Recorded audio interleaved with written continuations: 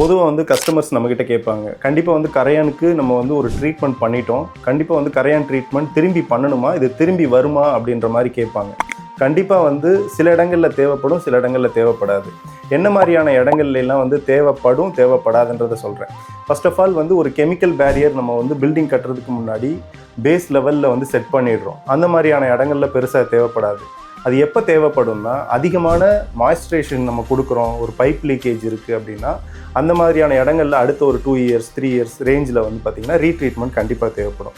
தென் நீங்கள் அடிஷ்னலாக ஒரு பில்டிங் பக்கத்தில் கட்டுறீங்க, இல்லை ரெனோவேஷன் பண்ணுறீங்க அப்படின்னா அந்த பேரியர் ஃபுல்லாகவே வந்து போயிடும். ஸோ அந்த மாதிரியான சுச்சுவேஷனில் வந்து நம்ம மறுபடியும் ரீட்ரீட்மெண்ட் பண்ணணும் அப்படின்றது ரொம்ப எசென்ஷியல்.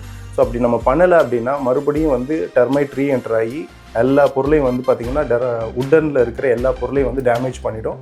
ஸோ அதனால் அந்த மாதிரியான இடங்களில் மட்டும் ரீட்ரீட்மெண்ட் கண்டிப்பாக பண்ணியே ஆகணும்.